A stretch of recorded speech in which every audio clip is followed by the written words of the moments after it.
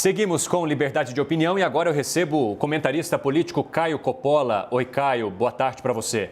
Boa tarde, Evandro. Boa tarde, espectador da CNN. Boa sexta-feira aí a todos. Obrigado. Vamos falar então agora do caso do deputado Daniel Silveira, né, Caio? O ministro Alexandre de Moraes, do Supremo Tribunal Federal, autorizou que o deputado participe hoje da sessão da Câmara que deve decidir se mantém ou não essa ordem de prisão contra ele. Silveira poderá participar por videoconferência. Moraes também determinou a suspensão das contas das redes sociais do deputado. Então, Facebook e Instagram já cumpriram essa ordem. Twitter deve suspender essa conta ainda hoje. O deputado Silveira passou a noite na unidade prisional da Polícia Militar em Niterói, na região metropolitana ali do Rio. Depois foi transferido para o batalhão por conta da liberdade negada naquela audiência de custódia. E durante a vistoria na cela, ali na Superintendência da Polícia Federal, foram apreendidos 2 celulares. E Silveira teria mandado mensagens a outros congressistas de dentro da prisão. Essa informação, inclusive, foi confirmada por parlamentares do partido, a CNN, e agora vai ser investigada pela PF. Eu queria saber de você, Caio, como que esses novos fatos que foram divulgados nas últimas horas indicam qual vai ser o futuro do deputado Daniel Silveira. Qual a sua avaliação sobre a participação de Silveira pela internet, da sessão na Câmara que decidirá o seu futuro? Eu queria saber justamente sobre isso, atualizando inclusive que o perfil dele no Twitter também já está fora do ar. É contigo, Caio. Bom, eu vou focar mais nesse ponto, nesse último ponto das redes sociais, mas antes algumas observações preliminares, né? A prisão do deputado, ela é arbitrária, ela é inconstitucional, como a gente já falou aqui ao longo da semana, com leitura dos dispositivos da lei e citação de doutrina, né? Então, tudo que decorre dessa prisão, na verdade, é juridicamente nulo, é sem efeito, ou seja, a ilegalidade não está no uso do celular, a ilegalidade está na prisão e é importante a gente não inverter os valores, né? Outro ponto, né? Para ilustrar, há pouco tempo, um político muito popular participou de um esquema que roubou bilhões de reais do povo brasileiro. Esse corrupto ele foi condenado em múltiplas instâncias, em múltiplos processos. Só que ao invés de ser tratado como o criminoso comum que ele é, ele foi agraciado com diversos privilégios. Por exemplo, a sua pena no regime fechado, devidamente abreviada pelo STF, se deu como um hóspede no dormitório de uma superintendência da Polícia Federal. Então, segundo uma matéria da revista Veja, esse corrupto condenado se alojou numa sala de 15 metros quadrados, adaptada como suíte. A sala tinha porta destrancada, roupa de cama especial, armário com troca de roupa, mesa e cadeira para recepcionar os convidados, espaço de dispensa para alimento e bebida e, pasmem, TV de plasma. O espaço era tão confortável que de lá, esse criminoso comum organizou a campanha presidencial do seu partido em 2018 e recebeu os jornalistas amigos para aquelas entrevistas exclusivas. Então, o espectador vai se lembrar que, na época, a imprensa em geral era bem silente, bem quietinha em relação a esses benefícios indevidos e poucos denunciavam os favores do Estado a esse presidiário hóspede, que, em última análise, é um grande ladrão de dinheiro do povo brasileiro. E eu nem preciso citar o nome desse criminoso privilegiado, porque o público sabe muito bem quem é o corrupto de estimação favorito do jornalismo nacional. Pois bem, hoje nós temos um parlamentar investigado que, independentemente do seu caráter, das suas ideias, da sua biografia, ele foi preso ilegalmente num ato claro de casuísmo e abuso de autoridade vedado pela Constituição. Mas ao invés de mostrar ao público o absurdo jurídico dessa prisão, a imprensa brasileira parece optar por denunciar com prioridade, com alarde, a apreensão dos celulares na cela do parlamentar, criticando o seu acesso ao pátio da carceragem e a sua interação aí com seus apoiadores. Gente, isso é o equivalente moral a criticar uma pessoa que está apanhando de 11 agressores por ela ter cuspido neles. Inversão de valores.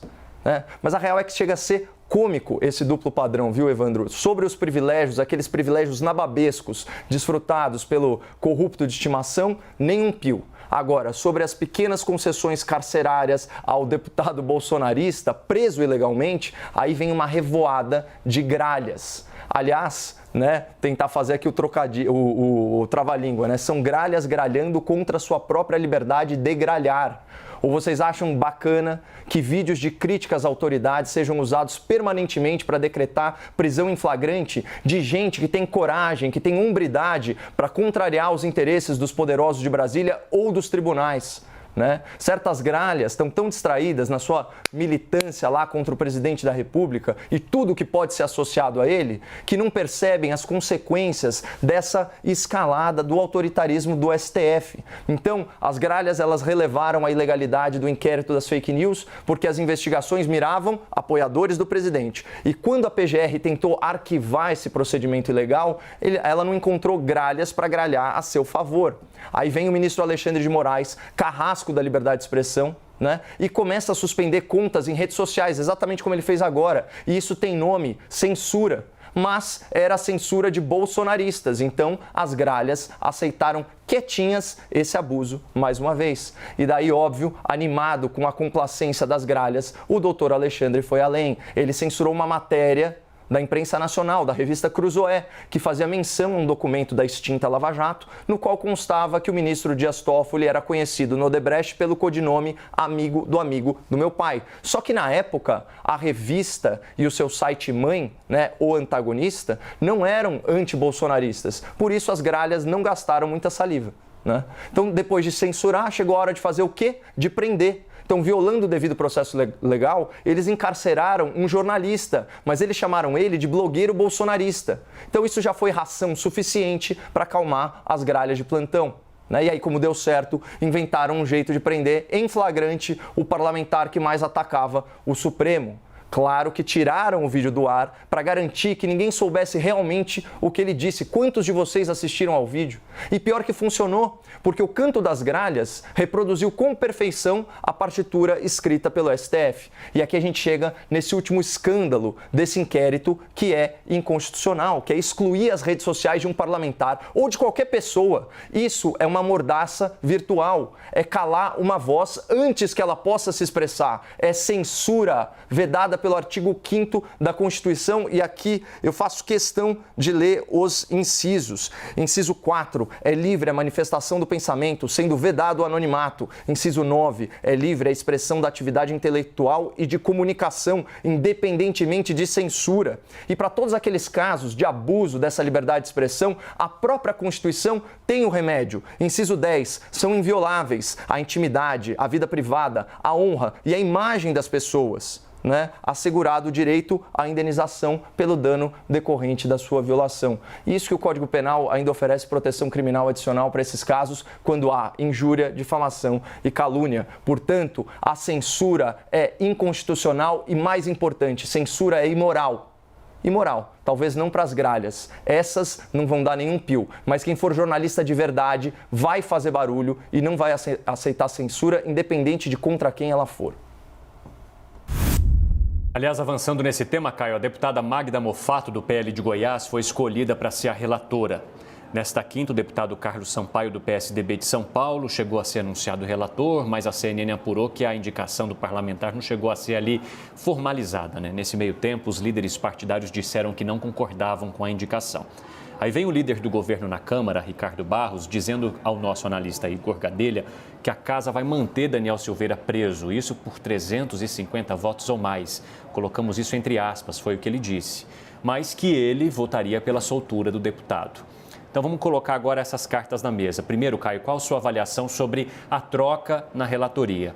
E sobre essa previsão de mais de 350 votos, a chance de o cenário político ser alterado ou do Daniel Silveira, o deputado, ser solto por determinação da Câmara, como que você avalia essas duas questões? Pois é, bom, na verdade, tanto faz a relatoria, mas eu queria abordar um ponto que eu não abordei na última questão e que é fundamental, né, que é a audiência de custódia, que seria um mecanismo jurídico, né, que o ordenamento brasileiro recepcionou dos tratados internacionais sobre direitos humanos e que seria a via mais óbvia para libertar esse parlamentar, né? Então, eu queria trazer aqui para o espectador o que diz resumidamente o Pacto de San José da Costa Rica, né, do qual o Brasil é signatário. Toda pessoa presa deve ser conduzida sem demora à presença de um juiz e tem o direito de ser julgada em prazo razoável ou de ser posta em liberdade sem prejuízo de que prossiga o processo. A sua liberdade ela pode ser condicionada a garantias que assegurem o seu comparecimento em juízo.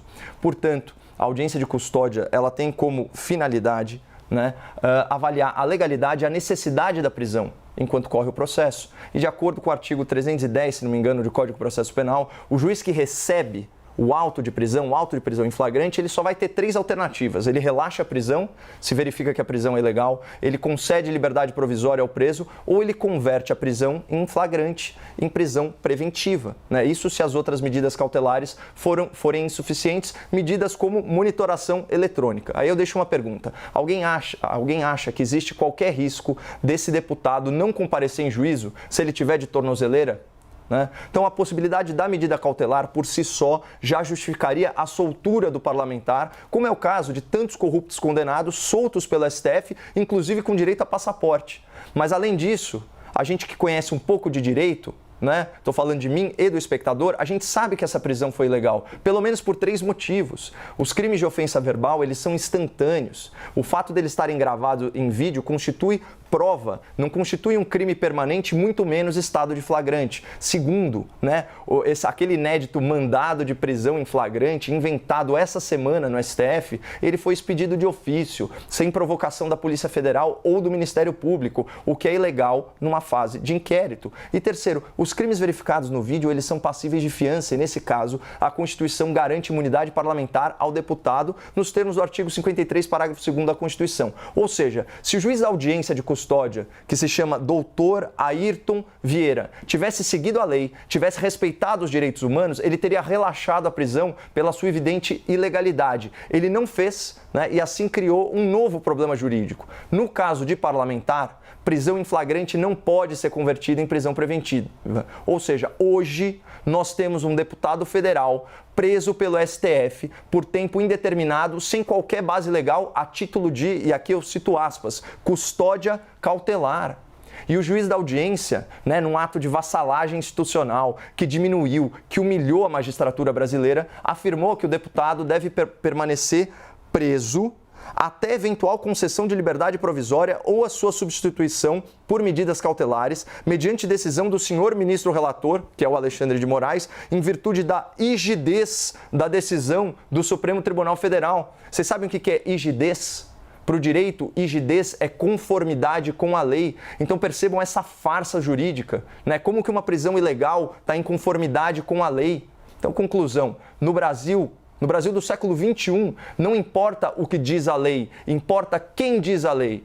E quem diz a lei nesse caso, o STF, né, não apenas se limita a julgar em causa própria, de forma arbitrária, autoritária, em contrariedade à Constituição e aos direitos humanos, o STF ele também interfere indevidamente nos demais poderes e de forma muito ostensiva tenta influenciar as votações do Congresso Nacional, como demonstra a cobertura da imprensa especializada. E aqui a gente chega finalmente no tema principal, né? Olha isso, manchete do site noticioso UOL, Grupo Folha. Marco Aurélio pressiona deputados, Câmara não faltará ao povo brasileiro.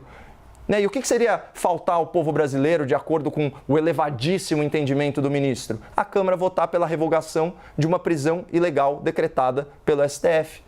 Né? Manchete do jornal O Globo. Marco Aurélio diz que deputados prestarão contas nas eleições de 2022. Ministro do STF é contra acordo para abrandar a prisão do deputado bolsonarista. Eu não fumo cachimbo da paz. Palavras do ministro. Então vocês percebem o tom de ameaça? Ainda mais considerando que são os ministros do STF que se rotacionam na presidência do Tribunal Superior Eleitoral, um órgão com poderes para interferir diretamente nas pretensões eleitorais dos parlamentares, dos deputados, dos senadores. Mais uma. Eu estava assistindo lá, reparei na fala inicial da entrevista exclusiva do ministro Gilmar Mendes aqui para a CNN Brasil. Ele disse o seguinte: eu espero que a Câmara avalie a gravidade da situação e que, de fato, considere aquilo que foi decidido pelos 11 votos do plenário do Supremo Tribunal Federal. Em outras palavras, o Gilmar Mendes, ele tira o foco da legalidade, né, e da Constituição e orienta a atenção dos parlamentares para aquilo que foi decidido pelo seu tribunal. E aqui numa nota lateral, né? Eu não sei se o espectador já reparou que os 2 ministros mais afeitos aos holofotes acolhedores da imprensa são justamente Dr. Gilmar Mendes e Dr. Marco Aurélio Mello. Os dois parecem apaixonados pelo som da própria voz, de tanto que se manifestam fora dos autos. E dada aí a sua vocação pessoal para chamar atenção, eles acabam se tornando os embaixadores informais do STF na mídia. Né? E esse Congresso é muito vulnerável ao STF, tanto na esfera eleitoral quanto na esfera criminal. Afinal, né, em decorrência aí do foro privilegiado, cabe ao Supremo o julgamento de dezenas e dezenas de parlamentares implicados em ações penais e escândalos de corrupção. Por isso que eu falei que não faz diferença qual é a relatoria. E eu recomendo aqui para o espectador a leitura de uma matéria do Estadão sobre esse atual parlamento, publicada com o seguinte título: 1/3 do Congresso eleito é alvo de investigações. Então eu vou ler para vocês só a primeira frase, né, dessa reportagem. 1/3 do novo Congresso é acusado de crimes como corrupção, lavagem de dinheiro, assédio sexual e estelionato, ou é réu em ações por improbidade administrativa com dano ao erário ou enriquecimento ilícito. No total, são 160 deputados e 38 senadores. Eu peço desculpa pela risada nervosa. Esses são os fatos.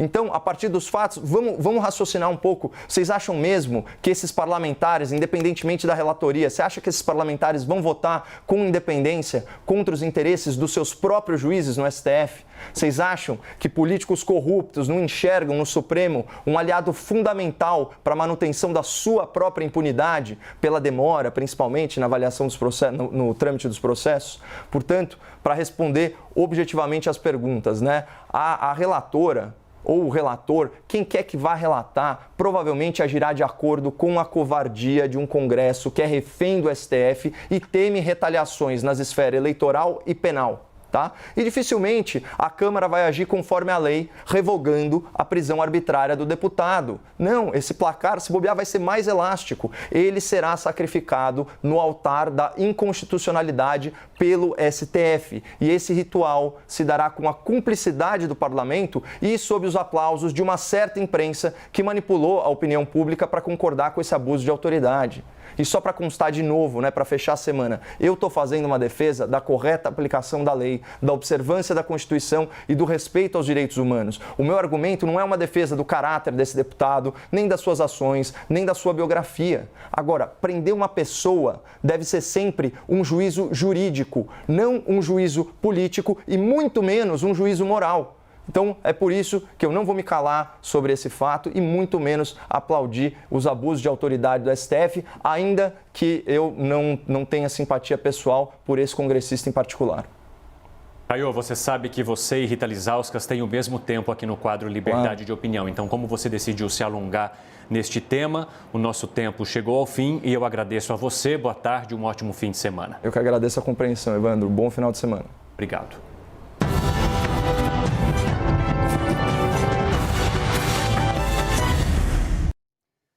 As opiniões emitidas pelos comentaristas do quadro não refletem necessariamente a posição da CNN.